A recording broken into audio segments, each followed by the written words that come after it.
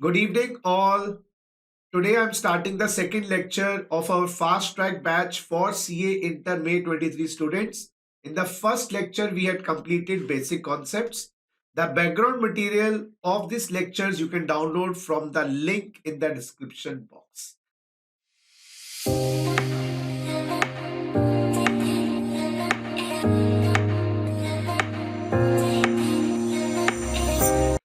Guys, the concept of residential status is primarily covered in 4 sections. Section 5, which tells us the scope. That is, resident के हाथ में कौन सी income taxable होगी, non resident के हाथ में कौन सी इनकम टैक्सेबल होगी. सेक्शन 6 कंप्यूटेशन की बातें करता है, individual, company, firms etcetera. Section 7 बात करता है incomes which are deemed to be received, वो रिसीव हुई नहीं है, मान ली जाएंगी. और सेक्शन 9 बताता है जो इनकम ड्यू हुई नहीं है, मान ली जाएगी. तो जल्दी से शुरू करते हैं रेजिडेंशियल स्टेटस. और सबसे पहला मैं काम स्टार्ट कर रहा हूं, residential status of individual. Residential status of individual section 6 clause 1, section 6 clause 1A और सेक्शन 6 क्लॉज 6 के अंदर they are 3 clauses for residential status of individual. अब आपके मन में आएगा कि रेजिडेंशियल स्टेटस निकालने के पीछे सरकार की मंशा क्या है. गाइस, रेजिडेंशियल स्टेटस निकालने के पीछे सरकार की मंशा है cross border transactions. Cross border transactions को टैक्स करना. जो अपना होता है ना, तो उस पे सरकार का ज्यादा नियंत्रण होता है. समझ रहे मेरी बात. लेकिन जो पराया होता है उस पे हमारा इतना ज्यादा नियंत्रण नहीं है. तो इसलिए रेजिडेंशियल स्टेटस के हिसाब से हर एक पर्सन को हम 2 हिस्सों में डिवाइड कर देते हैं. या तो वो रेजिडेंट है या वो नॉन रेजिडेंट है. रेजिडेंट की हम ग्लोबल इनकम्स टैक्सेबल करते हैं, global incomes. Whereas non resident की हम इंडियन इनकम्स टैक्स करते हैं. तो ग्लोबल इनकम्स टैक्स होने से नुकसान ये होता है, as a resident whether you earn in India or you earn outside India doesn't make any difference. But if you are a non resident, only Indian incomes get taxed. Your cross border transactions don't get taxed because you are a non resident. वो आपकी अपनी ही country में taxable होगी, India का उस पर कोई हक नहीं है. लेकिन इंडिया से कमाओगे नॉन रेजिडेंट बनकर, तो हम तो ऑब्वियसली टैक्स करें. अब जब आप रेजिडेंट की ग्लोबल इनकम्स टैक्सेबल होती है, तो residents are also entitled to tax incentives. Residents are also entitled to tax incentives like 87A rebate, shifting of exemption limit, some extra deductions. No, you can find out 80U वाली deduction जो थी, 80DD वाली जो deduction थी, 80DDB वाली जो deductions थी. तो these are all for residents. तो जब हम ग्लोबल इनकम टैक्स करेंगे, आपकी अपने हो ना आप, तो हम आपको टैक्स में इंसेंटिव्स भी देंगे. लेकिन जब आप नॉन रेजिडेंट हो, हमने आपकी इंडिया की इनकम टैक्स करी, ग्लोबल इनकम टैक्स नहीं करी, तो वो tax incentives not allowed. Tax incentives of resident not allowed. तो it is like a catch 22 situation. तो रेजिडेंट बनने से ग्लोबल इनकम टैक्सेबल होती है, ये तो नुकसान हो गया. Yes, as a resident if I earn in India or earn outside India, it will be taxable in India. But मुझे सरकार की तरफ से टैक्स में रियायतें मिलेंगी. 87A की बात जैसे हमने करी यहाँ पर. अच्छा, हायर एग्जेम्पशन लिमिट्स भी मिल सकती है. हायर एग्जेम्पशन लिमिट्स, अगर आप 115 BAC में नहीं आते और 60 साल के 80 साल के हैं, तो 3 लाख 5 लाख की लिमिट्स भी मिल सकती है. लेकिन अगर आप नॉन रेजिडेंट है, तो आपके अपने देश में जो भी इनकम्स होती हैं, हम इस पे टैक्स नहीं लगा सकते. तो will only tax their Indian incomes. फिर आपको टैक्स इंसेंटिव्स भी नहीं मिलते. तो this decision you have to make कि आपको रेजिडेंट बनकर फायदा है या non resident. You can choose this option every year. Yes, residential status की option you can choose from year to year basis. You can change. जो आपको फायदा है आप बन के देखिए. ठीक है, अपना बन के अच्छा लगता है अपना बनिए, पराया बन के अच्छा लगता है पराया बनिए. So residential status of individual 3 clauses में है. Section 6 clause 1, 6 clause 1A, 6 clause 6. Basic conditions 6(1) में है, और वो तीनों में है और. तो या तो आप फर्स्ट कंडीशन बेसिक वाली पूरी कर दीजिए, you will be called a resident, या आप सेकंड बेसिक कंडीशन पूरी कर दीजिए, you will be called a resident, या आप थर्ड बेसिक कंडीशन पूरी कर दीजिए, you will be called a resident. तीनों में से एक, so it is either of the three, either of the three, or you can call it either of three conditions. तो रेजिडेंट बनने के लिए इंडिविजुअल को तीनों में से एक कंडीशन पूरी करनी पड़े। At least means minimum 182 days during the previous year. As I discussed in the last lecture, our assessment year is 23-24 and the previous year is 22-23. So you need to get your basic right. Assessment year is 23-24. Previous year is 22-23. So this previous year is 22-23. So if your stay in India, individual male or female, I'm not talking about the gender here. So any individual, if he stays in India for 182 days during the previous year, check out today's January 23.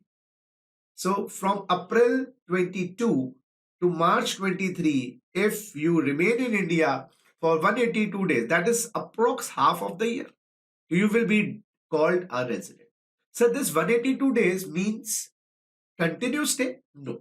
It can be, aggregate stay. This is aggregate stay. It can be for 10 days in a month, 20 days in a month. So you aggregate. And sir, one place? No.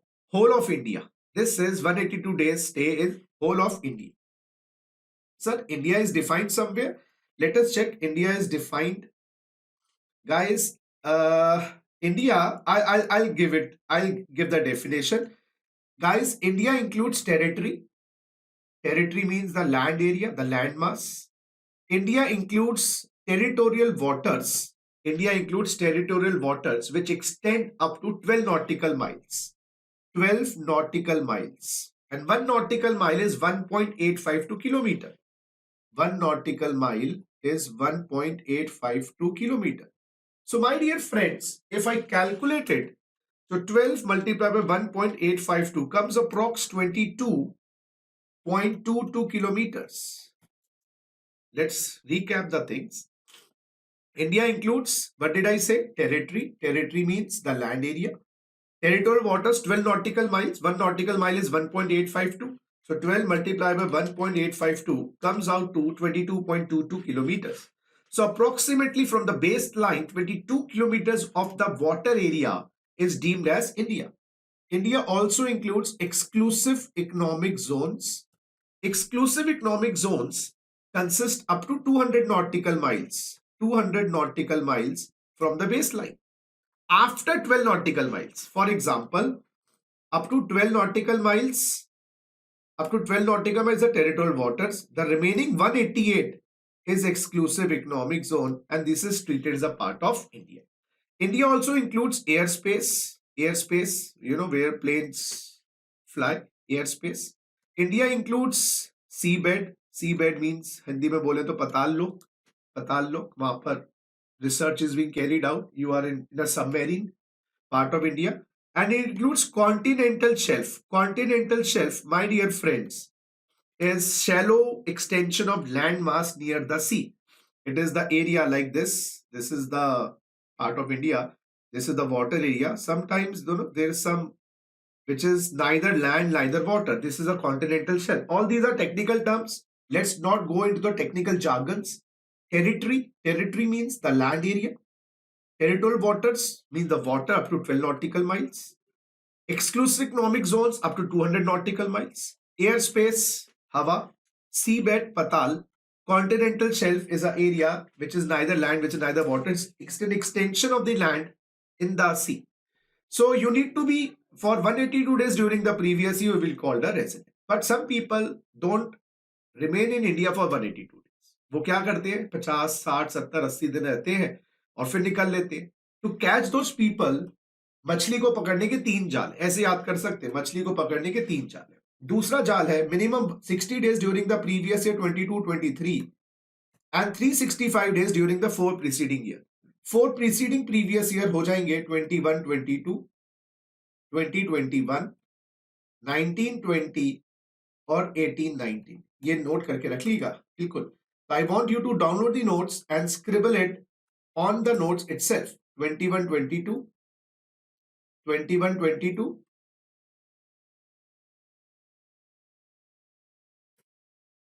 4 previous years, 2021, 1920, 1819 and 21-22. ये 4 साल याद रखिए, 21-22, 2021, 1920, 1819. अगर ये condition भी पूरी नहीं हुई तो then government introduce 2 or 3 years ago third basic condition. Third basic condition में अगर आप आ गए, स्टे इंपॉर्टेंट ही नहीं है, स्टे इररेलेवेंट है. इसलिए थर्ड बेसिक कंडीशन में जो लोग फंसते हैं उनको डीम्ड रेजिडेंट कहते हैं. डीम्ड रेजिडेंट कहते हैं, मान लेंगे जी उनको. Yes, will call them a resident, चाहे कुछ भी हो जाए, will call them a resident. अब इसमें कौन है, आ गई बात, नॉट स्टैंडिंग एनीथिंग कंटेन 6(1). ये कब लगेगी, जब आप फर्स्ट बेसिक में नहीं आए और आप सेकंड बेसिक में नहीं आए. अगर आप इंडिविजुअल हैं, सिटीजन ऑफ इंडिया है, total income other than foreign sources income, इसको मैं कहूंगा डीम्ड टोटल इनकम. एक लाइन लिख लीजिए, डीम्ड टोटल इनकम. ये डीम्ड टोटल इनकम निकाली जाएगी. अगर उनकी 15 लाख से ज्यादा प्रीवियस ईयर में, दैट इज 22-23, उनको डीम्ड बेसिस पे रेजिडेंट मान लिया जाएगा. अगर शर्त है वो किसी भी कंट्री में टैक्सेबल नहीं है, चाहे वो डोमिसाइल के बेसिस पे, रेजिडेंस के बेसिस पे, अदर क्राइटेरिया के बेसिस पे. तो बेसिकली 182 दिन नहीं है, 60-365 दिन नहीं है. You will be called a resident if you fulfil the condition of 6(1)(a). इस 6(1)(a) को याद करने के लिए मैं इनको स्टेटलेस पर्सन भी कहता हूं. Stateless person means guys these are those persons, वो प्लान इस तरीके से करते हैं, ना वो इंडिया के रेजिडेंट बनना चाहते हैं, ना वो किसी और कंट्री के रेजिडेंट बनना चाहते हैं. रहते 50 दिन इंडिया में, यूएस में 50 और दूसरी कंट्रीज में भी 50, चाहे वहां के रेजिडेंशियल स्टेटस में भी ना फंसे, इंडिया में भी ना फंसे, मतलब मजे सारी कंट्रीज के ले ले और रेजिडेंट कहीं के ना बने. तो गवर्नमेंट ने कह दिया तुम किसी के रेजिडेंट नहीं हो, तुम हमारे रेजिडेंट हो. सीधी सी बात है. You approach a person, you say do you have a friend, he said no, then you say I am your friend. तो बेसिकली जबरदस्ती का सौदा है. उन लोगों को फंसा दिया गया है जो लोग कहीं भी रेजिडेंट नहीं होते हैं, लेकिन मोटी आसामी होनी चाहिए. उसी को दोस्त बनाओगे जिससे आपको कुछ मिलेगा. तो उनकी डीम्ड टोटल इनकम, ये डीम्ड टोटल इनकम बाद में बताऊंगा, मान लो आर्टिफिशियल कुछ कॉन्सेप्ट है. तो डीम्ड टोटल इनकम तुम्हारी 15 लाख से ऊपर हो, तो तीनों में से कंडीशन पूरी कर दी, you will be called a resident. पहली कंडीशन 182 दिन, दूसरी 60-365 दिन, और तीसरी अगर, अच्छा ये सीक्वेंशियल ऑर्डर में लगानी है. पहले ही फर्स्ट, जैसे वो जीएसटी में सेट ऑफ का कॉन्सेप्ट होता है ना, पहले आईजीएसटी का क्रेडिट लेना होता है, फिर आपको सीजीएसटी का क्रेडिट लेना होता है, फिर एसजीएसटी का क्रेडिट लेना होता है. उसी प्रकार से मेरे प्यारे बच्चों, पहले फर्स्ट कंडीशन लगानी है, फिर सेकंड कंडीशन लगानी है, फिर थर्ड कंडीशन लगानी है, स्टेप बाय स्टेप. तीनों में से एक भी जाल में फंस गए, आप रेजिडेंट बन जाएंगे. कहानी में ये ट्विस्ट है कि हम एक परिस्थिति में तो ऐसे होते हैं, दूसरी परिस्थिति में हम दूसरे हो जाते हैं. जो ये सेकंड बेसिक कंडीशन है आपकी 60-365 वाली, 4 केसेस में मॉडिफाई हो जाती है. कुछ परिस्थितियां ऐसी हैं जहां पर 60-365 वाली कंडीशन मॉडिफाई हो जाती है. वो परिस्थितियां आपकी एक्सप्लेनेशन 1 टू सेक्शन 6(1) में दी हुई हैं. 4 केसेस में सेकंड बेसिक कंडीशन मॉडिफाई हो जाती है. कौन सी वाली, 60-365 वाली.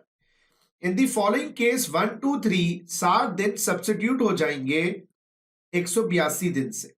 जब 60 दिन 182 दिन से सब्स्टिट्यूट हो जाएंगे तो आपकी कंडीशन क्या थी, 60 + 365. अब इस 60 दिन को 182 कर दोगे तो ऑटोमेटिकली फर्स्ट बेसिक में नहीं आ जाओगे. तो यहां पर सेकंड बेसिक कंडीशन रेलेवेंट नहीं है शुरू के 3 केसेस में. Second basic condition not relevant. Second basic condition not relevant. Yes, कौन सी 3 केसेस, इंडियन सिटीजन है, इंडिया छोड़ के जा रहा है नौकरी के लिए प्रीवियस ईयर में, परदेसी बाबू बन गए हैं ये 22-23 में, और नौकरी में हम सेल्फ एम्प्लॉयमेंट भी डाल देते हैं. तो डॉक्टर साहब, सीए साहब, इंजीनियर साहब, कंपनी सेक्रेटरी साहब बाहर जाके अपनी प्रैक्टिस सेटअप करेंगे.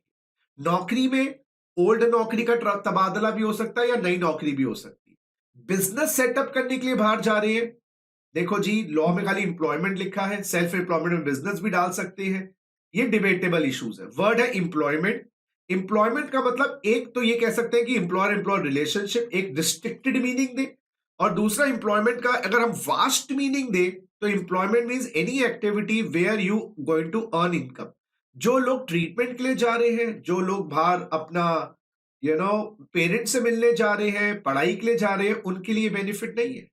तो ये जो जाल है मछली को पकड़ने का, सेकंड बेसिक वाला लागू नहीं होता इन 3 केसेस में, लेकिन पहले केस में उस पे लागू नहीं होता जो इंडिया एम्प्लॉयमेंट के लिए जा रहे हैं छोड़कर। समझ रहे बात?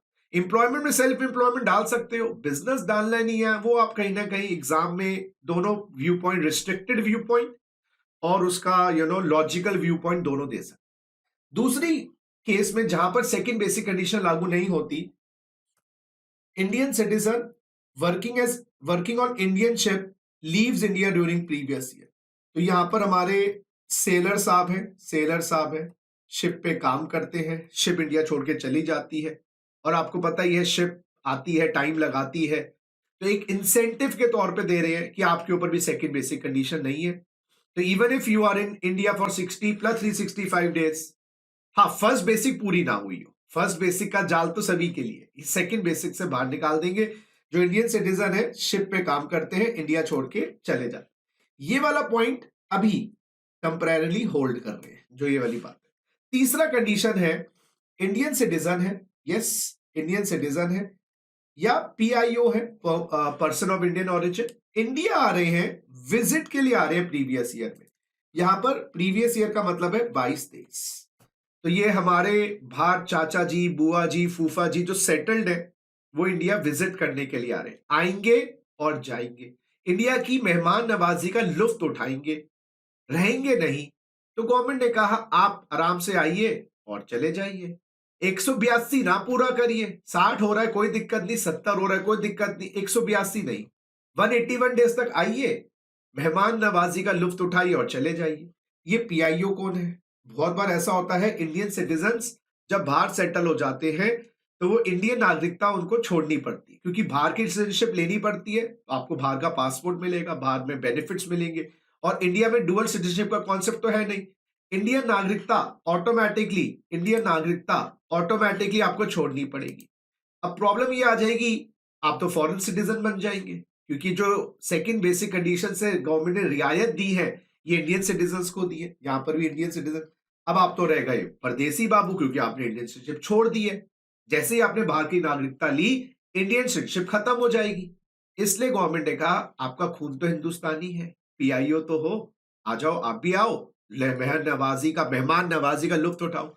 इसमें क्या लिख दिया, या तो आप खुद हुज अ पीआईओ, या तो खुद, या आपके पेरेंट्स का मतलब माता या पिता, माता जी या पिताजी, ग्रैंड पेरेंट्स का था दादा दादी नाना नानी, दोनों maternal paternal, were born in undivided India. Undivided India का मतलब है इंडिया बिफोर 15 अगस्त 1947, जिस टाइम इंडिया में पाकिस्तान भी इंक्लूडेड होता था, बांग्लादेश भी इंक्लूडेड होता। चेक करो, मैं तो पैदा नहीं हुआ ना 47 से पहले, इतना तो नहीं लगता मैं आपको एजेड, मेरे पेरेंट्स भी 47 से पहले के पैदा नहीं हुए, लेकिन मेरे ग्रैंड पेरेंट्स पैदा हुए हैं, तो मैं पीआईओ हूं, यस, चाहे मेरी रूट्स इंडिया में है। मैं तो, अरे भाई मैं तो इंडिपेंडेंट इंडिया में पैदा हुआ हूं ना, लेकिन ये कह रहे हैं इंडिया बिफोर इंडिपेंडेंस, बिफोर 15 अगस्त 1947, बिफोर 15 अगस्त 1947। समझ गए भी बात? तो अगर आपके पेरेंट्स या आपके दादा दादी नाना नानी अनडिवाइडेड इंडिया में पैदा हुए हो, आप पीआईओ हो, इंडिया की मेहमान नवाजी का लुत्फ उठाइए और जाइए, तीनों केस। लेकिन अब ये क्या होता था, ये जो लोग इंडिया विजिट करने आते थे कुछ ज्यादा ही मेहमान नवाजी का लुत्फ उठाने लग गए, गवर्नमेंट को रास नहीं आई बात।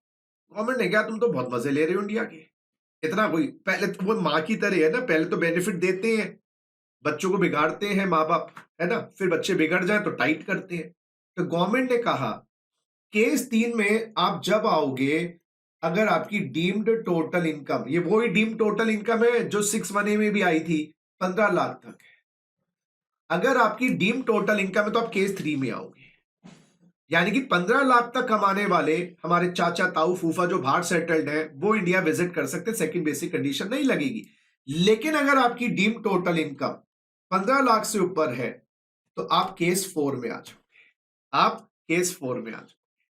केस 4 में आते ही आपके ऊपर सेकंड बेसिक कंडीशन का जाल गिर जाएगा, सेकंड बेसिक कंडीशन लागू हो जाएगी। बस थोड़ी रियायत दे देते हैं, वो 60 दिन प्लस 365 दिन की जगह 60 दिन को 120 दिन कर देते हैं।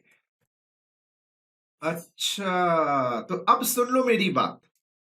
अगर हमारे ताऊ चाचा फूफा जीजा बाहर सेटल्ड है and whether they are Indian citizen और पीआईओ, वो इंडिया में विजिट कर सकते हैं। डीम टोटल इनकम 15 लाख तक है, डीम टोटल इनकम 15 लाख तक है, तो उनको बोला जाएगा सेकंड बेसिक कंडीशन में हो ही नहीं, 181 डेज तक रह सकते। लेकिन डीम टोटल इनकम 15 लाख से ऊपर है तो आप फोर्थ केस में आओगे, आप 120 प्लस 365 डेज रहे, फिर आप 121 डेज इंडिया में करंट ईयर में और लास्ट के 4 साल में 365 करोगे तो गवर्नमेंट कहते आजा भाई आजा, रेजिडेंट बना दे, ठीक है ना। तो ये डीम टोटल इनकम भी नहीं बताऊंगा, तो डीम टोटल इनकम की relevance case 3 case 4 explanation 1 to 6(1) में और सेक्शन 6 क्लॉज 1A में भी इसकी डीम टोटल इनकम की रेफरेंस आई। इनको मैं बताऊंगा once we complete this chapter, बाद में। अभी क्लैरिटी के लिए क्लियर, तो रिकैप करो। रेजिडेंट कौन? First basic 6(1) 182, second basic 60,365 6(1), third basic 6(1)A stateless person, तीनों में से एक, और जो सेकंड बेसिक है वो 4 केसेस में मॉडिफाई हो जाते हैं। ये एक्सप्लेनेशन 1 to 6 क्लियर। अब रेजिडेंट बन गए तो गवर्नमेंट कहेगी बल्ले बल्ले, और नॉन रेजिडेंट बन गए तो मछली जाल में आई नहीं। अब जब मछली जाल में आ गई तो सरकार निचोड़ेगी ना आपको, सीधी सी बात है। रेजिडेंट बन गए तो हम आपको पकड़ेंगे और आपको प्यार भी करेंगे, थोड़ी डांट भी लगाएंगे। नॉन रेजिडेंट तो पकड़ में आ ही नहीं। अब क्लास में आ गए हैं, क्लास में आ गए तो पकाऊंगा भी या छोड़ भी सकता हूं, लेकिन आई नहीं मेरी क्लास में तो क्या पकाऊंगा आपको मैं। समझ गए मेरी बात। तो जो लोग रेजिडेंट बन गए, अब फर्दर एडिशनल कंडीशन 6(6) की लगाई जाएंगी। अब गवर्नमेंट कह रही है तुम रेजिडेंट तो बन गए, अब हम आपको फर्दर डिवाइड करेंगे ROR में या RNOR में। RNOR की कंडीशन 6 क्लॉज 6 में दी हुई है, RNOR की कंडीशन 6 क्लॉज 6 में दी हुई है। तो जो लोग रेजिडेंट बन गए उनको फर्दर चेक करेंगे आप RNOR हो। RNOR की कंडीशन 6(6) में, अगर आप कंडीशंस पूरी कर दिया तो यू आर RNOR, यानी कि आप बने तो रेजिडेंट। जैसे गाना है ना, मार दिया जाए या छोड़ दिया जाए, बोल तेरे साथ क्या सलूक किया जाए। तो पकड़ तो लिया लेकिन हमने छोड़ दिया, RNOR बना दिया, यानी कि आपको रेजिडेंट होते हुए भी हम नॉन रेजिडेंट की तरह मानेंगे। क्लास में आ तो गए, चल यार नहीं पढ़ने का मन कर रहा ना, हेड डाउन करके बैठ जाओ। लेकिन अगर आप नहीं बच पाए, 6(6) की कंडीशंस पूरी नहीं कर पाए, तो गवर्नमेंट कहती है रगड़ दिया जाए, आ जाओ, अब तुमसे अच्छा खासा वसूलेंगे टैक्स। तो रेजिडेंट बनने के बाद अगर RNOR बन गए तो आपकी कहीं ना कहीं विदेशी इनकम से बच सकती है। विदेशी इनकम RNOR की टैक्सेबल नहीं होने वाली, कुछ केसेस, कुछ एक ही केस है। तो RNOR क्या है? रेजिडेंट होते हुए भी नॉन रेजिडेंट, क्लास में आने के बाद भी हेड डाउन करवा दिया। और नॉन रेजिडेंट कौन था? जो क्लास में आया ही नहीं। और ROR कौन है? जो आया और पकड़ा गया। अब सुनिएगा मेरी बात, ये 6(6) में RNOR बनने के लिए 4 कंडीशन है, चारों में और है। बचने के लिए बचना ए हसीनो, वो वाली बात, चारों में और है। और अब बड़ा इंपॉर्टेंट बात, जो लोग 6(1)A स्टेटलेस पर्सन वाले रेजिडेंट बने हैं ना, वो बाय डिफॉल्ट RNOR माने जाते हैं। ये लिखा जी, जो लोग 6(1)A में डीम्ड रेजिडेंट बनते हैं, डीम्ड रेजिडेंट बनते हैं, वो डीम्ड RNOR माने जाते हैं, डीम्ड RNOR। चलो यार, अपना बनाया फिर पराया बना दिया, तो डीम्ड अपना, डीम्ड पराया, RNOR तो बने। जो लोग मेरे बच्चों 6-1 में रेजिडेंट बनते हैं वो डीम्ड RNOR होते हैं। सर ये कौन है? जो लोग fourth case of explanation 1 to 6-1 में, fourth case of explanation 1 to 6-1 में 120 प्लस 365 पूरा करते हैं, उनको तो रेजिडेंट बनाया था हमारे ताऊ चाचा, जिसकी DTI deem total income 15 lakh से ऊपर थी, उनको भी डीम्ड, डीम्ड क्या, वो तो रेजिडेंट बनी गए, डीम्ड क्या, वो तो स्टे का कंडीशन थी, रेजिडेंट तो बनी गए, उनको डीम्ड RNOR माना जाता है। ये थर्ड कंडीशन में लिखा है, इनको भी डीम्ड RNOR। अच्छा, तो दो डीम्ड RNOR है, जो 6-1 से रेजिडेंट बना, और जो एक्सप्लेनेशन 4 टू या केस 4 ऑफ एक्सप्लेनेशन 1 to 6-1 में 120 और 365 पूरी करके बना, वो भी RNOR। तो सर ये बाकी जो फर्स्ट एडिशनल सेकंड एडिशनल कहां लगानी है? ये RNOR में उन लोगों पे लगानी है जो फर्स्ट बेसिक कंडीशन पूरी करके रेजिडेंट बने, उन पे लगानी है। जो सेकंड बेसिक कंडीशन, हाँ, जनरल केस पूरी करके, जनरल केस वो 4 केसेस में तो छोड़ ही दो ना, जनरल केस में आके रेजिडेंट बने, उन दोनों पे लगानी है। तो जो 182 पूरी कर जाए और रेजिडेंट बने, उस पे ये दोनों कंडीशन लगानी है बचाने के लिए, या जो 365 पूरी करके रेजिडेंट बने। अच्छा, अब क्लियर हो गई बात। सर इतने दिनों से किसी टीचर ने समझाया नहीं था ऐसे, क्योंकि आपने मेरे अलावा किसी टीचर से पढ़ा नहीं था ना ढंग से। Just joking. तो जस्ट जोकिंग यार। तो फर्स्ट बेसिक में 182 दिन की जो कंडीशन पूरी करके रेजिडेंट बनेगा, 182 दिन की, उस पे ये एडिशनल कंडीशन चेक करेंगे, या 365 पूरी करके रेजिडेंट बनेगा। जो केस 4 का रेजिडेंट बनेगा या 6-1 का रेजिडेंट बनेगा, वो तो RNOR होते ही है। अब इसमें क्या लिखा है? आपका स्टे 729 डेज तक है, प्रीसीडिंग 7 प्रीवियस ईयर्स। मेरे लाल, मेरे लाल, हमारा प्रीवियस ईयर 22-23, 7 प्रीवियस ईयर लिखो, 21-22, 20-21, 19-20, 18-19, 17-18, 16-17, 1 2 3 4 5 6, 15-16।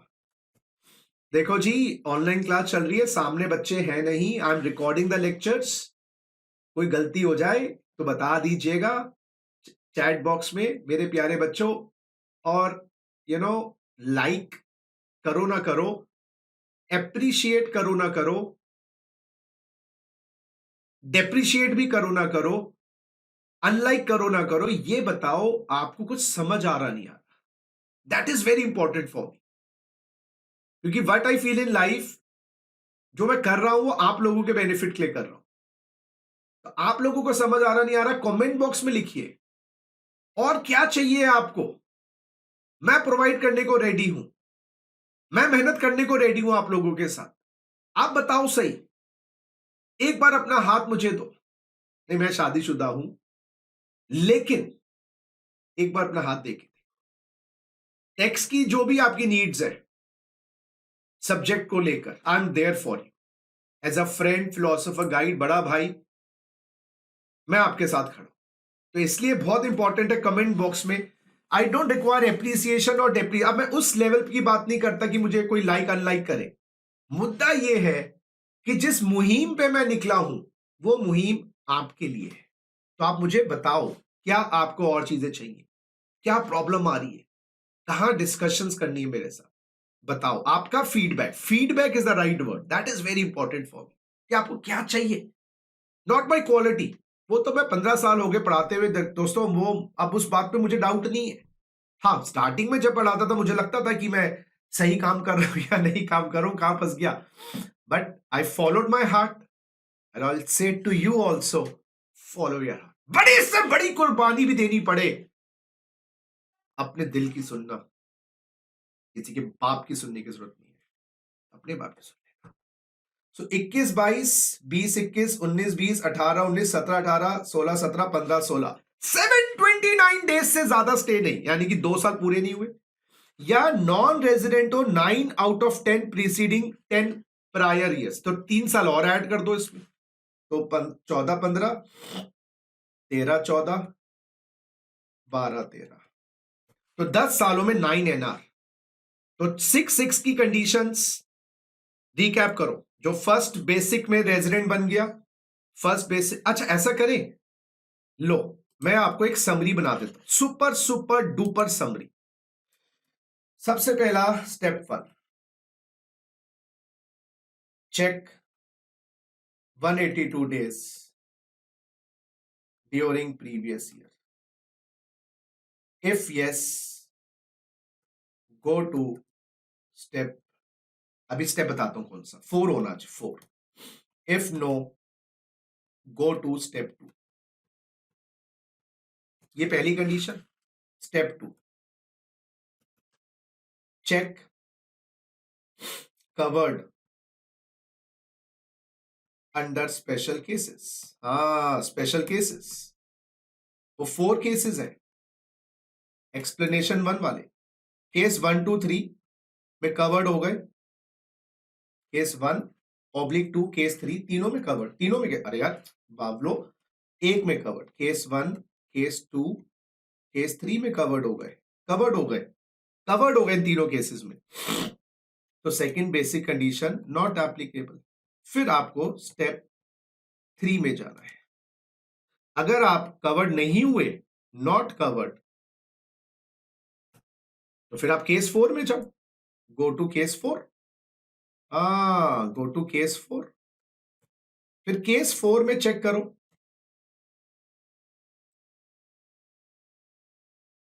है ना, 1 2 3 में तो आई नहीं, केस 4 में चेक करो।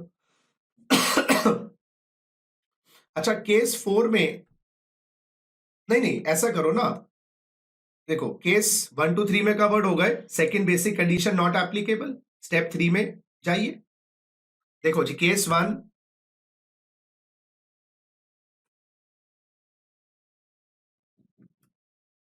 चार केसेस है special cases, case 1 case 2 case 3, अगर आप इनमें कवर्ड हो गए तो आपके ऊपर सेकंड बेसिक लगेगी नहीं, बिल्कुल नहीं लगेगी, गो टू स्टेप 3। अगर आप केस 4 में कवर्ड हो गए, केस 4 में, ये आपके स्पेशल केसेस है, स्पेशल केसेस, तो आप यस फुलफिल्ड, तो बेटा आप deemed R N O R, बात ही खत्म। नो नॉट फुलफिल्ड, तो मेरे बच्चे गो टू स्टेप 3, लो जी ऐसे बन गया, स्टेप 3 में आ गए, स्टेप 3 में आ गए। अच्छा इससे पहले एक पॉइंट और रह गया, अब जनरल केस में आए, जब 4 केसेस में कवर्ड नहीं है, नॉट इन 4 केसेस, अब चेक करिए, यस तो go to step 4, no go to step 3, लो जी स्टेप 3, अब स्टेप 3 में आ गए, चेक 6 1 8, आप बोलते हो यस, तो बेटा deemed R N O R, आप बोलते हैं नो, तो बेटा एन आर। अब स्टेप 4 कहां लगा, यहां लगा स्टेप 4, बस, और स्टेप 4 कहां लगा, यहां लगा, लो जी सारा रेजिडेंशियल स्टेटस आ गया आपकी जेब में। अब स्टेप 4 में बच्चों, स्टेप 4 में अब एडिशनल कंडीशंस अंडर 6 1 A, दो वाली, हाँ दो, वो कौन सी रह गई, 729 डेज से कम, 9 आउट ऑफ 10 एनआर, दोनों में से एक फुलफिल हो जाए, दोनों में से एक और fulfilled, R N O R, not fulfilled any, कोई भी फुलफिल नहीं करी, तो एन आर ओ आर, लो जी, क्लैरिटी मिल गई अब आपको। तो रिकैप कर लो जी। केस 1 में 182 चेक करिए, पूरे हो गए, सीधे 4 पे जाइए, दोनों में से एक में आइए तो RN हुआ, नहीं तो R हुआ। सेकंड स्टेप में जब आएंगे जब आपका पहली 182 पूरा नहीं हुआ, तो फिर हमने क्या स्पेशल में हो? नहीं सर मैं तो ऑर्डिनरी में ही हूं। ऑर्डिनरी में हो, आ जाओ। यस है, 362 हो गए, स्टेप 4 में जाओ, नहीं तो स्टेप 3 में जाओ। स्पेशल में हो तो 3 में, तो स्टेप 3 में जाओ सीधा, है ही नहीं कंडीशन। केस 4 में हो, यस, तो RNOR, नहीं तो स्टेप 3। कॉम्प्लिकेट तो कर दिया है, बट हम है ना अनकॉम्प्लिकेट करने के लिए। स्टेप 3 में चेक करिए 6(1)(a), अगर पूरा हो गया तो डीम्ड RNOR, नहीं तो NR। और स्टेप 4 में एडिशनल कंडीशन देख लीजिए। चलिए, तो ये आपका रेजिडेंशियल स्टेटस में डीम टोटल इनकम की बात बतानी है, अभी नहीं। आइए अगर हम रेजिडेंशियल स्टेटस की समरी देख लें, वो तो मैंने बनाई दी है। ROR बनने के लिए ये चार्ट आप अब इग्नोर कर सकते हैं, ये चार्ट आप इग्नोर कर सकते हैं, क्योंकि मैंने वो चार्ट वहां पर बना दिया, वो अच्छा ज्यादा चार्ट है, ये अब चार्ट आप इग्नोर कर सकते हैं, बाकी आपकी मर्जी। रेजिडेंशियल स्टेटस ऑफ HUF, क्योंकि HUF एक सेपरेट पर्सन है, that is defined under 6(2) and 6(6). ROR कब बनेगा? Any part of the control management of the affairs of the HUF is situated in India. Affairs का मतलब वो नहीं है जो तुम सोच रहे हो। अफेयर्स का मतलब है बिजनेस अफेयर्स। बिजनेस अफेयर्स, तो बिजनेस अफेयर्स का मतलब होता है decision making power. Decision making power, HUF की decision making power, which is generally with the कर्ता, which is generally with the कर्ता, but it can be delegated. It can be delegated to other person. It can be delegated to other person. So control management का कुछ भी हिस्सा HUF के affairs का India में, previous year वही आपका 22-23। तो अगर कंट्रोल मैनेजमेंट का कुछ भी हिस्सा, यहां पर कर्ता कितने दिन था नहीं था इंपॉर्टेंट नहीं है, डी फैक्टो कंट्रोल मैनेजमेंट किसके पास है, that is generally with the कर्ता, but it can be delegate. If no part of the control management is in India, then HUF will be called NR. तो any part का मतलब even 1%, even 1%, 1% भी decision making का India में है तो HUF को रेजिडेंट बना देंगे। वो कर्ता ले रहे होंगे डिसीजंस या कर्ता किसी को डेलीगेट कर, समझ आ गई बात? लेकिन once you become resident, further check करेंगे, क्योंकि 6 भी है ना, ROR वाले रेजिडेंट है या RNOR वाले। अब कर्ता या जो मैनेजर है उनका एडिशनल कंडीशन चेक करी जाएगी। अगर कर्ता या मैनेजर एडिशनल कंडीशंस पूरी नहीं कर पाए 6(6) की, क्योंकि वो पूरी नहीं कर पाए तो भाई पकड़ लो और रगड़ो। और कर्ता या मैनेजर एडिशनल कंडीशंस पूरी कर देते हैं 6(6) की, तो बच गए कर्ता मैनेजर, तो HUF भी बच गई, RNOR। और NR तो मैंने पहले ही बता दिया, तो रिकैप करो। HUF रेजिडेंट कब बनेगी? प्रीवियस ईयर 22-23 में any part of the control management in India, resident. No part of the control management, non resident. Once your resident करता 6(6) पूरी कर दे, बच गया ना, तो RNOR। और अगर करता 6(6) पूरी ना कर पाए तो HUF भी ROR। Next, firm AOP, BOI और अदर नॉन कॉर्पोरेट एसएससीज सीधी 6 क्लॉज 2 में थी। बेस्ट पार्ट ये है, इसमें RNOR और ROR का कॉन्सेप्ट नहीं होता, इसमें सीधा कॉन्सेप्ट होता है रेजिडेंट या non resident. Resident any part of the control management, firm का control management partners, AOP BOI का members, but it can be delegated to other person, India में सिचुएटेड है। Again any part means 1%, control management business affairs, not the affairs you thinking about. And non resident का no part of control management, no part means nil part in India. Previous year is again 22-23.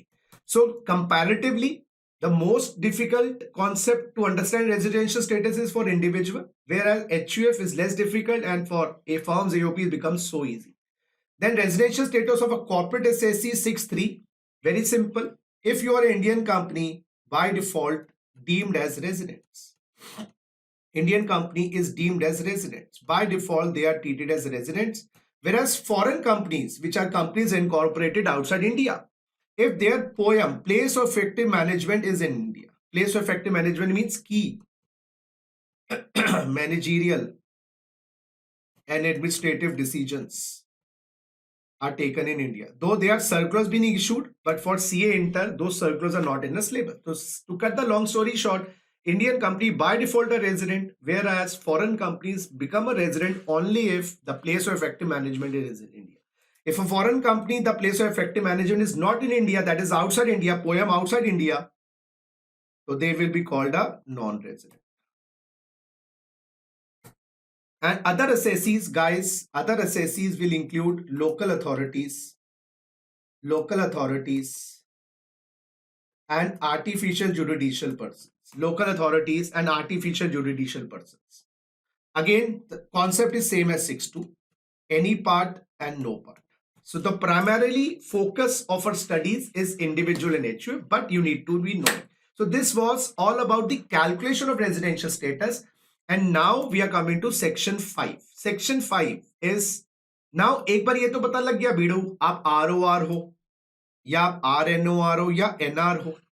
हाँ, company में, firm में, AOP में, BOI में RNOR नहीं होगा. वहां पर ROR को R मानेंगे और NR तो N है. ये वाला कॉन्सेप्ट एप्लीकेबल नहीं होगा companies, firms, AOP, BOI, local authority, AGP.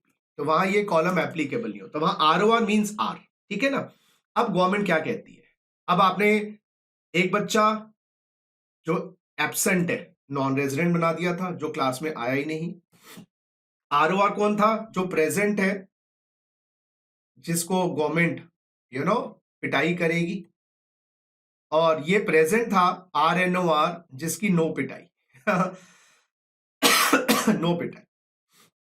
अब जरा देखें, अगर इनकम इंडिया में ड्यू हो गई, ड्यू का मतलब होता है ट्रांजैक्शन, हक बन जाना. ट्रांजैक्शन इंडिया में हो गई है ना, सेल की, परचेज की, किराए की, ट्रांजैक्शन इंडिया में हो गई, कहीं भी रिसीव हो, तीनों के लिए टैक्सेबल, ROR, RNOR, NR. तो once it becomes due in India, forget about receive, देखना ही नहीं, यहां पर रिसीव एनीवेयर है ना, फॉरगेट अबाउट रिसीव. अगर ड्यू बाहर है लेकिन इंडिया में रिसीव है, तो वो भी सबके लिए टैक्सेबल. तो कहना इसे इंडियन इनकम का मतलब है due in India or received in India. यानी कि ट्रांजैक्शन अगर इंडिया में हो गई तो ड्यू, ट्रांजैक्शन यूएस में हुई, यूके में हुई, लेकिन इंडिया में रिसीव हुई है for the first time, receive for the first time. Remittances नहीं देखते, तो ये बात भी याद रखिएगा, रिसीव फॉर पहली बार प्यार हुआ है. So what is Indian income, due in India or received in India, taxable for all, ROR, RNOR. वैसे दोस्तों रेजिडेंशियल स्टेटस इंडियन इनकम को टैक्स करने के लिए नहीं निकालते, सारा सियापा फॉरेन इनकम्स के लिए. What is foreign income, due outside, received outside. बाहर ड्यू हुई है, बाहर रिसीव हुई है, दैट इज फॉरेन इनकम. ये इनकम याद रखिएगा, इसमें दो हिस्से करिए. अगर ये बिजनेस कंट्रोल फ्रॉम इंडिया या प्रोफेशन सेटअप फ्रॉम इंडिया है, फॉरेन इनकम का मतलब due outside, receive outside, transaction भी भाग, प्राप्ति भी भाग. अगर ये business control from India, profession setup from India है, ROR के लिए टैक्सेबल, RNOR के लिए टैक्सेबल, NR के लिए टैक्सेबल नहीं. अदर केस है, जैसे कोई सैलरी की इनकम है आउटसाइड इंडिया, इंटरेस्ट की इनकम है ना, या मे बी कोई डिविडेंड की, फॉरेन शेयर्स की, भारी ड्यू हुई, भारी रिसीव हुई, ये ROR के हाथ में टैक्सेबल है, NR और RNOR के हाथ में टैक्सेबल नहीं है. इतनी लॉन्ग स्टोरी को अगर मैं एक और सुपर समरी में, सेक्शन 5 की सुपर समरी, देखो मैं अपनी क्लासेस में सुपर समरी का कॉन्सेप्ट फॉलो करता हूं, अपनी मेन क्लासेस के अंदर सुपर समरी, जो मैं आपको इसमें चीजें बता रहा हूं. सेक्शन 5 की सुपर समरी, देखो जी, सुपर समरी में, सर सुपर में डबल P लिखता हूं मैं, है, चलो डबल P. ROR की ग्लोबल इनकम, बात ही खत्म, देखना ही नहीं है इंडिया में, बाहर, इंडिया के अंदर, को मतलब ही ग्लोबल. NR की इंडियन इनकम, बात ही खत्म, वो ड्यू या रिसीव. और RNOR की इंडियन तो है ही, प्लस फॉरेन की बिजनेस जो कंट्रोल फ्रॉम इंडिया है, या फॉरेन का प्रोफेशन जो setup from India. This is the crux. तो अगर मैं ग्लोबल को बोलूं इंडियन प्लस फॉरेन, तो इसका एक और सुपर समरी का सुपर समरी, इंडियन इनकम हमेशा सबके लिए टैक्सेबल। देखो तीनों में आ गई इंडियन इनकम, इधर भी इधर भी इधर भी। फॉरेन इनकम हमेशा आएगी मेरे प्यारे बच्चों आरओआर के लिए, कभी नहीं आएगी एनआर के लिए, कभी कभी आएगी, कभी कभी मेरे दिल में आता है ख्याल, वो एक। तो बट इज आरएनओ और एनआर सेम 99%। उसके बाद गाइस सेक्शन 5 के बाद एक है सेक्शन 9। सेक्शन 7 बाद में बताऊंगा। सेक्शन 9 कहता है जो इनकम्स इंडिया में ड्यू मान ली जाएंगी, इंडिया में ड्यू मान ली जाएंगी, है नहीं मान लेंगे, बात ही खत्म। जब मान लिया तो इंडियन इनकम मान लेंगे, और जब इंडियन इनकम बन जाएगी सभी के लिए टैक्सेबल हो जाएगी, क्या काला क्या गोरा क्या पीला क्या हरा। क्लियर बात। तो इफ, और कितने केसेस हैं, 1 2 3 4 5 10 cases. So in 10 cases all these cases it will be deemed as Indian income. मान लो, मानो या ना मानो, मानना पड़ेगा, आपको अच्छा लगे बुरा लगे मतलब ही नहीं। तो अगर किसी का भी इंडिया से बिजनेस कनेक्शन है, बिजनेस कनेक्शन शब्द डिफाइन नहीं है। बिजनेस कनेक्शन का मतलब आप गतिविधि करवा रहे हो इंडिया में बैठे बैठे एजेंट के माध्यम से, अच्छा ब्रांच के माध्यम से, सब्सिडरी कंपनी के माध्यम से, सब्सिडरी कंपनी के माध्यम से, कठपुतली इंडिया में बिठाइए, बाहर से डायरेक्ट कर रहे हो, तो गवर्नमेंट कहती है इस एजेंट की जो इनकम आएगी या ब्रांच की इनकम आएगी, सब्सिडी कंपनी की इनकम आएगी, वो इनकी नहीं मानी जाएगी। जैसे एक आपने शार्प शूटर को हायर किया किसी को तंग करने के लिए, शार्प शूटर्स होते हैं ना पिक्चरों में दिखाते हैं जैसे, तो उसने आपके बिहाफ पे कुछ एक्टिविटी करी है इलीगल, तो you are responsible more than that person responsible, that's not the point, but you are more responsible. तो similarly a person who sitting outside India appoints a agent branch. देखो आप इनको independently काम करने दो, हमें कोई दिक्कत, बट आप इंडिपेंडेंटली काम नहीं करने दे रहे, इन पिन सेफ्टी पिन कर रहे हो, then the income will not be the agents branch subsidy, आप में कट कॉपी पेस्ट कर देंगे। ठीक है, ये बिजनेस कनेक्शन में पहले एक व्यू लिया जाता था कि परमानेंट एस्टैब्लिशमेंट इंडिया में होना चाहिए, परमानेंट एस्टैब्लिशमेंट इंडिया में होना चाहिए, that is known as PE, permanent establishment India में होना चाहिए, फिजिकल ऑफिसेस इंडिया में होने चाहिए। लेकिन जब से इंटरनेट का एक्सप्लोजन हुआ है, डिजिटल ई कॉमर्स का एक्सप्लोजन हुआ है, अब फिजिकली इंडिया में एजेंट अपॉइंट करने की जरूरत नहीं है, अब ऑनलाइन भी प्रोडक्ट्स, ऑनलाइन भी सर्विसेज दे सकते। तो एक एस्टैब्लिश्ड नियम था कि बिजनेस कनेक्शन के लिए there has to be some kind of fixed place, like agent है, उसका कोई बिल्डिंग है, ब्रांच है, कोई खोल तो रखा है ना। लेकिन अब यार जैसे मैं आपको पढ़ा रहा हूं, I don't have any coaching institute, I am teaching you online, तो मेरी तो कोई फिजिकल एस्टैब्लिशमेंट नहीं हुई ना। समझ रहे हो मेरी बात की सचिन गुप्ता क्लास है, ऐसा तो कुछ नहीं है, that is virtual, totally virtual. तो इसलिए गवर्नमेंट ने कहा कि अगर अब सुन लीजिए नॉन रेजिडेंट है, वो कुछ ऐसी एक्टिविटीज करता है जहां से इनडायरेक्टली भी इनकम्स इंडिया से आ रही हैं, इनडायरेक्टली इंडियंस दे रहे हैं पैसा, इंडियन यूजर्स हैं, और इंडिया में तुम्हारे ऑफिसेज नहीं है, फिर भी हम इसको इंडियन इनकम या बिजनेस कनेक्शन मान लेंगे। बात समझिए, जिसमें कुछ बात देखिए लिखा है, if a business of which all operations are not carried out in India, the income of the business deemed to arise in India shall only be such part of the income as is reasonably attributable to the operation carried out in India। होता क्या है, non resident है, बाहर कुछ काम कर रहा है, कुछ काम इंडिया से करवा रहा है, तो जो काम इंडिया से करवा रहा है उसकी वो इनकम इंडिया में मानेंगे ना, जो वो बाहरी काम करवा रहा है वो वाली हम इनकम इंडिया में कैसे टैक्स कर देंगे। तो अगर जितना उसने काम शार्प शूटर को दिया था उसी के लिए तो वो लायबल होगा ना, जो काम उसने नहीं दिया शार्प शूटर को उसके लिए लायबल कैसे हो जाएंगे। ये तो लॉजिकल बात है कि नॉन रेजिडेंट की सारी इनकम्स इंडिया में टैक्स नहीं करेंगे, वो जो हिंदुस्तान में गतिविधि करवा रहा है।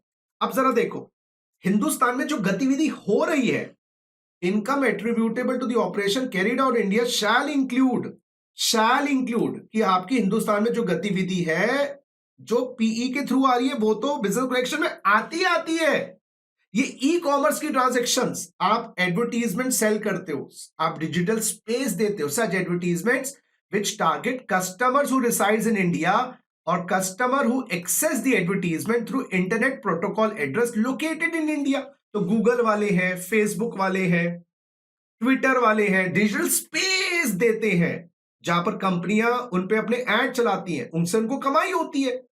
और वो एड्स कौन देखते हैं? हम लोग देखते हैं। अपने आईपी एड्रेस जो इंडिया का है, इंटरनेट तुम्हारा इंडिया वाला है, या हम इंडिया में रहते हैं, या तो इंडिया में रहते हैं या इंडियन आईपी एड्रेस से वो एड्स देखे जाते हैं। तो उस एड्स में कंपनियां चलवाती है, रिलायंस है, टाटा है, बिरला है, या मैं टेक्स फंडास का एड चलवा दूं फेसबुक पे, यूट्यूब पे, तो they are getting some income from my side, तो their income will be deemed as Indian income. किसके लिए? गूगल के लिए, फेसबुक के लिए, क्योंकि उनके एडवर्टीजमेंट कस्टमर कौन है?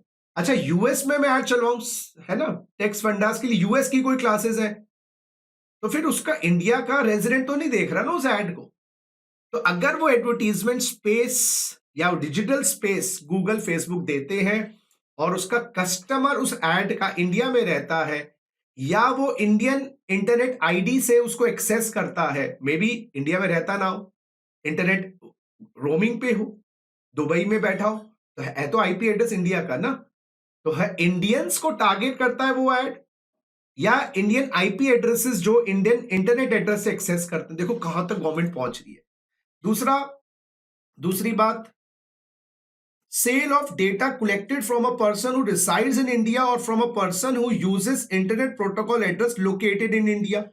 अब वो गूगल वाले डेटा भी तो देते हैं कंपनीज को कि ये देखो 18 से 35 साल की उम्र के लोग हैं, ये टैक्स की क्लास लेना चाहते हैं, इन्होंने सर्च किया था गूगल पे best tax faculty.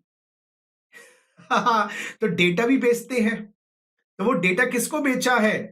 Resident in India को। जैसे मैंने डेटा खरीदा फेसबुक पे, गूगल पे लोग सर्च क्या करते हैं? मे इंटर 23 अमेंडमेंट्स। अमेंडमेंट्स, इस चैप्टर में अमेंडमेंट्स है? नहीं, पहले बताते थे, सब देखते ही नहीं, फिर पढ़ते कैसे? अमेंडमेंट्स नहीं है इस चैप्टर में। तो sale of data collected from person who is resident in India और पर्सन, तो वो डेटा हाँ उस पर्सन से है जो आईपी एड्रेस इंडिया का इस्तेमाल करता है, उसको बेचा गया है। Sale of data collected from a person, तो या तो मुझे फेसबुक वाले डेटा दे रहे हैं 15 लाख, 5 लाख, 2 लाख, 50,000 में, what ever there income is taxable in. और उसके बाद तीसरी बात, सेल ऑफ गुड्स और services using data collected from a person who resides in India. अब उस डेटा से फिर गुड्स और सर्विसेज बेची जा रही है, उस गुड्स और सर्विसेज से बेचने से जो कमाई हो रही है, तो बेसिकली इंडियन कंज्यूमर को गुड्स और सर्विसेज दिए जा रहे हैं, उनको एड्स के लिए पैसा देते हैं, उनसे एड्स के लिए उनसे डेटा लेते हैं, डेटा देते हैं उनको, उनको गुड सर्विसेज देते हैं। तो ये सारी इंडिया में इस्टेब्लिशमेंट, अगर इंडिया में आपकी इस्टेब्लिशमेंट है वो ये सारे काम करती है, फिर तो वैसे ही फंस जाते। समझ? अब एक नया कॉन्सेप्ट और डाल दिया, सिग्निफिकेंट इकोनॉमिक प्रेजेंस, SEP। अब ये क्या है? सिग्निफिकेंट इकोनॉमिक प्रेजेंस कहता है, पढ़िए जरा, transaction in respect of any goods, services or property carried out by non resident with any person India. अब बोल दिया जी एनी पर्सन, यहां रेजिडेंट की बात ही नहीं कर रहे, आईपी एड्रेस की बात नहीं कर रहे। अब बाहर से कोई नॉन रेजिडेंट आपको सॉफ्टवेयर का या कोई डेटा प्रोवाइड कर रहा है जिससे एक साल में total payments greater than 2 crore मिलती हैं, कि जैसे ऑनलाइन गेमिंग्स, ऑनलाइन कोविड के टाइम पे ऑनलाइन गेमिंग्स जैसे प्लेटफॉर्म्स थे, लूडो था और ड्रीम्स 11 है, ये इंडिया में इस्टेब्लिश्ड है सारे। फिर तो बेटा आप तो रेजिडेंट तो हो ही गए, फिर तो ये सारे कौन है? नॉन रेजिडेंट्स हैं। बाहर से गेमिंग फैसिलिटी, सॉफ्टवेयर्स, यूएस की कंपनी है, इंडिया में सॉफ्टवेयर डाउनलोड करवा रही है, तो ये सारे बाहर से सेल कर रहे हैं। समझ रहे मेरी बात? ये अगर इंडिया में सेल हो रहा है तो क्या दिक्कत? तो ये अमेजन यूएस से है, तो वो इंडिया में अगर गुड्स और सर्विसेज बेच रहे हैं, डेटा दे रहे हैं, 2 करोड़ से ऊपर का रेवेन्यू अगर उनको मिलता है तो उनकी इनकम भी इंडिया में ड्यू मान ली जाएगी। और उसके बाद कोई फॉरेन यूट्यूबर है जिसके कंज्यूमर्स और मैं बोलूंगा सब्सक्राइबर्स 3 लाख से ज्यादा है, तो systematic and continuous soliciting of business activities with users in India 3 lakh से ऊपर। ये सब कैलकुलेशन की बातें हैं, एक्टिव यूजर्स, पैसिव यूजर्स, वो सब चीजें नहीं जानी।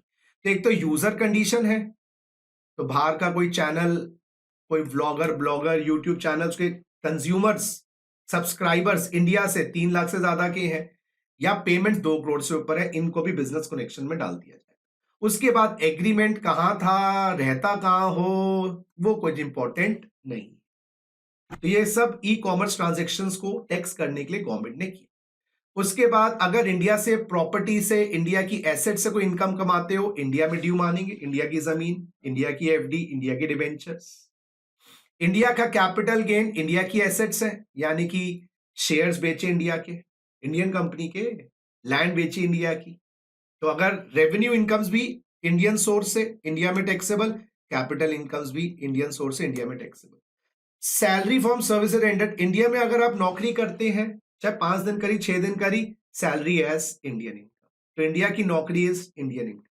ये इंडियन सिटीजन है, सरकारी मुलाजिम है, बाहर काम करता है, he works outside India, is a diplomat, कहीं ना कहीं he works outside India, he works outside India. ये डिप्लोमैट्स होते हैं, इंडिया से बाहर काम करते हैं, हमारे देश के राजदूत हैं, गवर्नमेंट ऑफिशियल्स भी हो सकते हैं।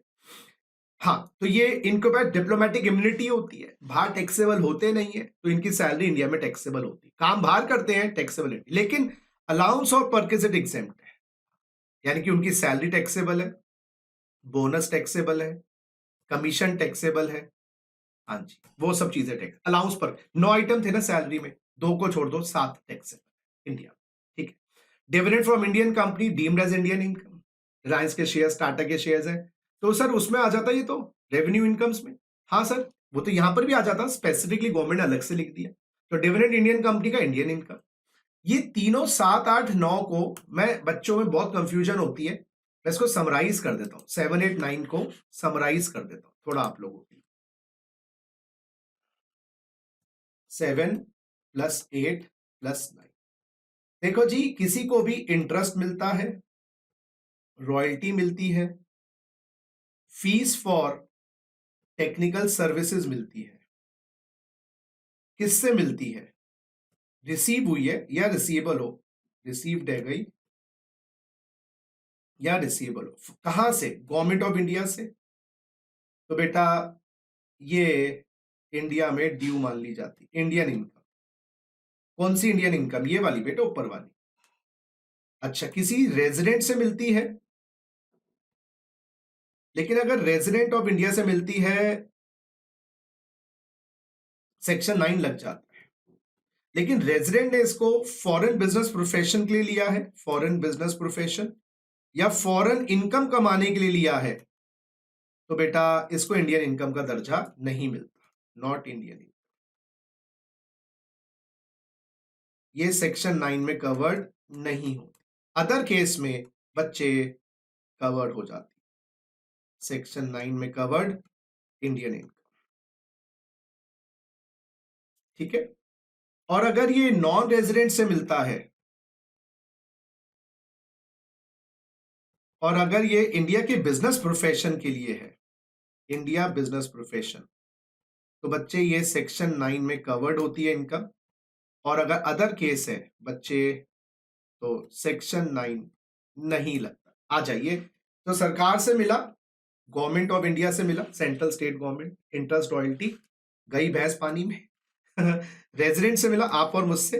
लेकिन अगर विदेशी बिजनेस और विदेशी कमाई के लिए उस बंदे ने ये लोन लिया है, सर्विसेज ली है, या उसने आईपीआर, इंटेलेक्चुअल प्रॉपर्टी राइट ली है, तो उसकी इंडियन इनकम आनी नहीं जाएगी।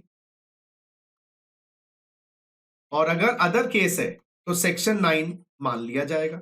और किसी नॉन रेजिडेंट से अगर आपने ये फैसिलिटीज आपको मिल रही है, इंटरेस्ट मिल रहा है, उसने अगर इंडिया के बिजनेस प्रोफेशन के लिए लिया है, तो सेक्शन 9 प्राप्त करता। ये सेक्शन 9 किसके हाथ में लगता है? प्राप्त करता। प्राप्त करता की भैंस गई पानी में। अदर केस में बेटा सेक्शन 9 प्राप्त करता के हाथ में नहीं। तो गवर्नमेंट ऑफ इंडिया इन्वेस्ट कहीं भी करे, वो फर्क नहीं पड़ता, deemed as Indian income, investment कहीं भी करे, एनीवेयर। ठीक है, चलिए। नेक्स्ट आता है गाइस, लास्ट जो अभी नया आया था 1-2 साल पहले, ये सचिन तेंदुलकर साहब ने, जो एक रेजिडेंट है, ब्रियान लारा को, जो एक नॉन रेजिडेंट है, 10 लाख रुपए गिफ्ट किए हैं यूएसए में, तो गवर्नमेंट ने इसको इंडियन इनकम मान लिया है Brian Lara. Brian Lara non resident थे, वो कहते गिफ्ट तो बाहर ही मिली है, ड्यू और रिसीव बाहर, गवर्नमेंट का डीम्ड एज इंडियन इनकम। हमें थप्पा लगाने की आदत है, हम थप्पा लगाएंगे। तो gift of money paid outside, money की बात कर रहे हैं और किस एसेट की बात नहीं कर रहे। तो तेंदुलकर साहब बाहर 10 करोड़ का मकान गिफ्ट कर दें, वो नहीं। सो बाहर को यूएस का मंगना, gift of money outside India by resident to non resident और फॉरेन का, किसी विदेश, ब्रायन लारा लिमिटेड हो, ठीक है ना। सेक्शन 7 में क्या है, इसकी मोर रेफरेंस सैलरी चैप्टर में है, ये 17(1) में डीम्ड एज सैलरी बन जाती है। मैं इसको डिटेल में जब बताऊंगा, जब हम सैलरी की रिवीजन क्लास पे आएंगे। तो सेक्शन 7 को अभी हम बच्चे पेंडिंग छोड़ रहे हैं। 2 बातें डीटीआई मुझे बतानी थी और एक बात मैंने और छोड़ी थी, वो बताकर I want to complete our प्यारा प्यारा रेजिडेंशियल स्टेटस चैप्टर। गाइस, एक एक्सप्लेनेशन 1 की बात करी थी, 4 स्पेशल केसेस, एक एक्सप्लेनेशन 2 भी है, 2 सेक्शन 6(1). एक्सप्लेनेशन 2 क्या कहता है, number of days of stay in India for such person shall exclude the days from date of joining as per continuous discharge certificate till date of signing of this document, rule 126। आइए जरा 2 बातें बताकर we like to end the session. So explanation 2 क्या कहता है, 2 section 6(1), इसकी reference है seller साहब के लिए। सेलर्स याद करिएगा, जो इंडियन सिटीजन्स होते हैं, इंडियन सिटीजन्स होते हैं, इनको गवर्नमेंट ने एक बेनिफिट, फर्स्ट बेनिफिट तो दे ही दिया, इनके ऊपर second basic condition not applicable, इनको अदर बेनिफिट भी दे रहे हैं, वो एक्सप्लेनेशन में है, इनको अदर बेनिफिट दे रहे हैं। तो ये सेलर्स हैं, सेलर्स हैं, these are the sellers. Other benefit, ये वाला बेनिफिट कहां दिया था गाइस, प्यारे बच्चों, ये बेनिफिट दिया था फर्स्ट एक्सप्लेनेशन 1 to 6(1) में, एक्सप्लेनेशन 1 to 6(1) में, ये बेनिफिट है एक्सप्लेनेशन 2 to 6(1) में। इनके ऊपर फर्स्ट बेसिक कंडीशन तो लागू होगी, यस सर, 182 डेज वाली तो लागू होगी, उसमें कुछ एक्सक्लूड कर देना पीरियड। कौन सा पीरियड एक्सक्लूड कर देना, डेट ऑफ ज्वाइनिंग एज पर जो उनका सेलर का कंटिन्यूअस डिस्चार्ज सर्टिफिकेट होता है to date of signing of, date of signing of. Basically इनका ये पीरियड होता है, वो जब वाटर के अंदर शिप स्टार्ट करती है, वाटर से निकल जाती है, तो उनका 182 दिन के पीरियड में ये पीरियड एक्सक्लूड कर देंगे, date of joining as per continuous discharge certificate to date of signing of. तो 2 बेनिफिट्स मिल गए, सेकंड बेसिक कंडीशन तो लागू ही नहीं हुई बच्चे, और दूसरा बेनिफिट बच्चे एक्सप्लेनेशन 2 to 6(1) में 182 दिन तो वो तो चलता है, उसमें से ये पीरियड को एक्सक्लूड कर दें, date of joining to date of signing of. तो मान लीजिए उनका स्टे इंडिया में 200 दिन आ रहा था, इसका स्टे था 40 दिन, तो उनका स्टे इंडिया में 160 दिन होना चाहिए। तो वो फर्स्ट में आई नहीं, सेकंड लगी नहीं, सेकंड में आई नहीं, सॉरी, फर्स्ट लगी नहीं, ठीक है। आइए जरा डीम टोटल इनकम का कॉन्सेप्ट देख लें। ये डीम टोटल इनकम, इसकी रेफरेंस 3 जगह आई है सर, इसको 6(1) में भी आया था और एक्सप्लेनेशन 1 to 6(1) के केस 3 में भी आई थी, केस 4 में भी। ये एक आर्टिफिशियल कॉन्सेप्ट है, इसको आप आर्टिफिशियल ही मानेंगे। इसमें क्या क्या इंक्लूजन्स करनी है, इसमें जो इंडिया में ड्यू हो गई, इंडिया में ड्यू हो गई, उसको इंक्लूड करना है, जो इनकम्स इंडिया में ड्यू हो गई, जो इनकम्स ड्यू हो गई, इसका रिसीव कहीं भी हो, जो ड्यू आउटसाइड इंडिया है, चाहे वो इंडिया में रिसीव भी हुई हो, हाँ, एक्सक्लूड करना है। ये सेक्शन 5 वाला कॉन्सेप्ट नहीं है, सेक्शन 5 का रियल टोटल इनकम निकालने का कॉन्सेप्ट है, वो फंडा अलग था। ये एक आर्टिफिशियल, सैलरी में एक्स सैलरी और ग्रॉस सैलरी, ये एक आर्टिफिशियल कॉन्सेप्ट है। उसके बाद फॉरेन में बिजनेस है, कंट्रोल फ्रॉम इंडिया, वो लेना है, या फॉरेन में प्रोफेशन है, फॉरेन में प्रोफेशन है जो सेटअप फ्रॉम इंडिया है, वो लेना है। फॉरेन में प्रोफेशनल सेटअप फ्रॉम इंडिया है, वो इंक्लूड करना है। और बेटा सेक्शन 9 की इनकम्स इंक्लूड करनी है। तो you have to include India में ड्यू वाली इनकम्स, पहली बात, you have to due foreign business control from India, foreign profession setup from India, you have to include section 9 की इनकम्स। और जो ड्यू आउटसाइड है, चाहे रिसीव्ड इंडिया में हो, रिसीव आउटसाइड इंडिया हो, ये इंक्लूड नहीं करनी। ये डीम टोटलिंग का कॉन्सेप्ट है। क्वेश्चंस की प्रैक्टिस नहीं करवा रहा हूं मैं। अगर आप वो चाहते हैं तो मैंने आपको जैसे बोला, आपको कमेंट बॉक्स में बताना पड़ेगा, so that after this revision gets over आपको क्वेश्चंस की प्रैक्टिस भी करवाई जाए, high level questions which are examination point of view से इंपॉर्टेंट। तो दोस्तों, हर बात की तरह इस बार भी मैंने आपको दिल से पढ़ाया है और यही मैं आगे पढ़ाता रहूंगा।